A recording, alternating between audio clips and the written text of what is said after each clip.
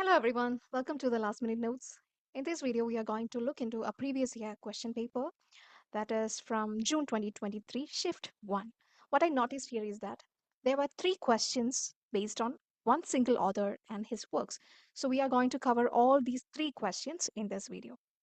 Question. The following lines are from one of the poems of D.H. Lawrence. Identify the poem. So the author is D.H. Lawrence and we need to know about his poems.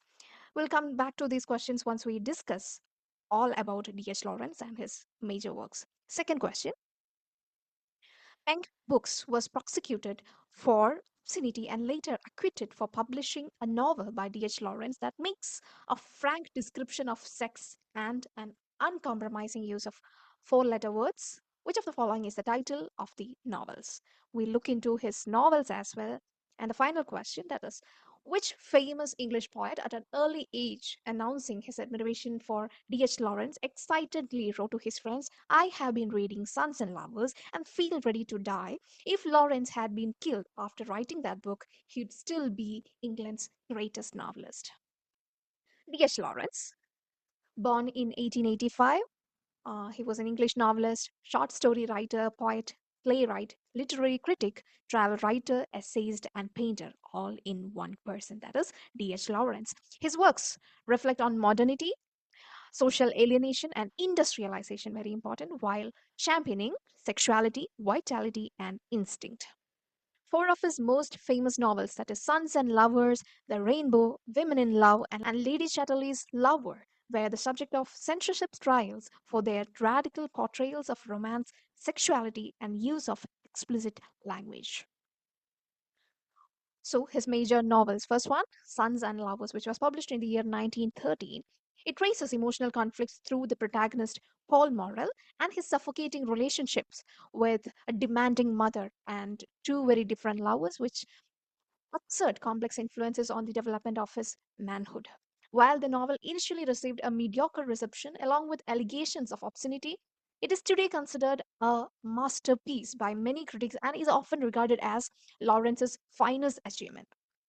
It goes into detail about Lawrence's life and his phases, and as his first was when he lost his mother in 1910, to whom he was particularly attached. So it is considered as a semi autobiographical novel with Oedipal undertones.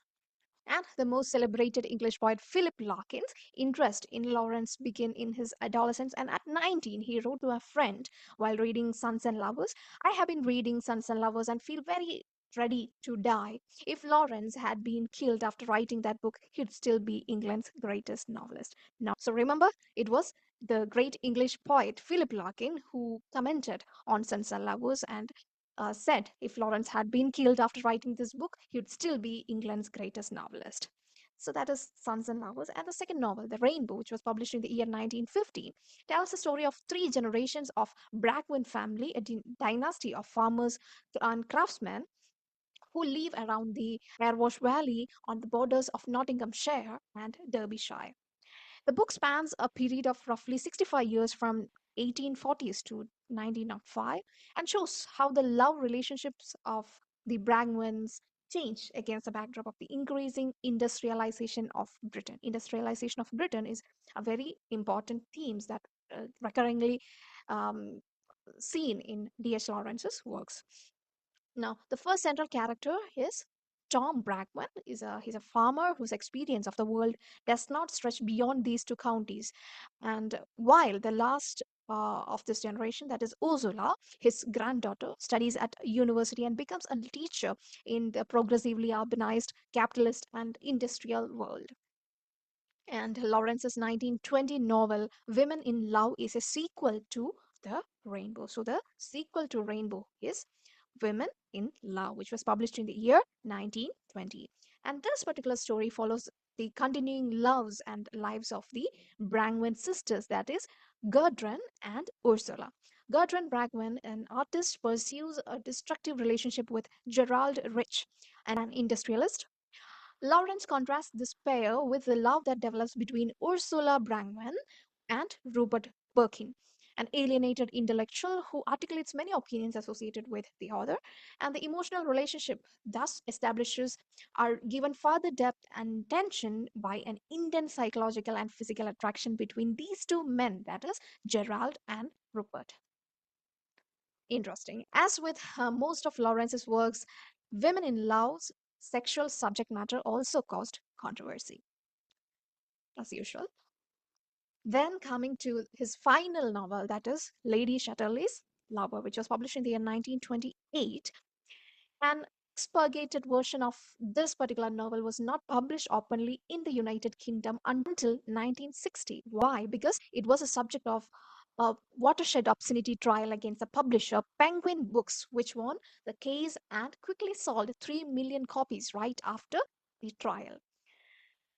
The story concerns a young married woman, the former Constance Reed, that is Lady Chatterley or Connie, whose upper caste baronet husband, Sir Clifford Chatterley, is paralyzed from the waist down because of a Great War injury.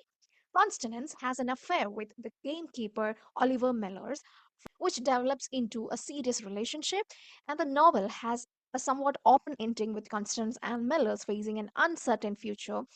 She elopes with him, she gets pregnant by him, and Sir Clifford, her husband, is unwilling to divorce his wife. A class struggle can also be seen here. The differences in the classes of the constant Lady Chatterley and Oliver Mellors is also one of the major themes in Lady Chatterley's Lover. So that is all for important novels by D.H. Lawrence. Now we look into important short stories by D.H. Lawrence. First one, The Rocking Horse Winner. Second short story, Order of Chrysanthemums. And finally, The Horse Dealer's Daughter. And his important poems. First one, Snake. Please note, Snake, Piano, and Bavarian Gentians. So these are his important poems. Coming back to the questions, first question. The following lines are from one of the poems of D.H. Lawrence. Identify the poem. And so I missed my chance with one of the loads of life, and I have something to expiate, a bitterness. And these are the closing lines from the poem Snake. And here is the opening line. A snake came to my water trough on a hot day, and I in pajamas for the heat to drink there. These are the opening lines of the poem Snake. Second question. Penguin Books was prosecuted for obscenity and later acquitted for publishing a novel by D.H. Lawrence that makes a frank description of sex and an uncompromising use of four-letter words. Which of the following is the title of the novels? Option A, Sons and Lovers. Option B, The White Peacock. Option C, Lady Chatterley's Lover. And option D, Women in Love. And now we know the answer is clearly Lady Chatterley's Lover, which was published in the year 1928. Final question. Which famous English poet, at an early age announcing his admiration for D.H. Lawrence, excitedly wrote his friend, I have been reading Sons and Lovers and feel ready to die. If Lawrence had been killed after writing that book, he'd still be England's great novelist. Was that Virginia Woolf or W.H. Auden or Dylan Thomas or Philip Larkin? Yes, it was Philip Larkin. And this is Philip Larkin for you. That's it for today's video. Hope you enjoyed. If you need more such videos, please subscribe to the Last Minute Notes, the Night Before Exam Companion. See you in my next video. This is me, Arzat Ampi, signing off. Bye.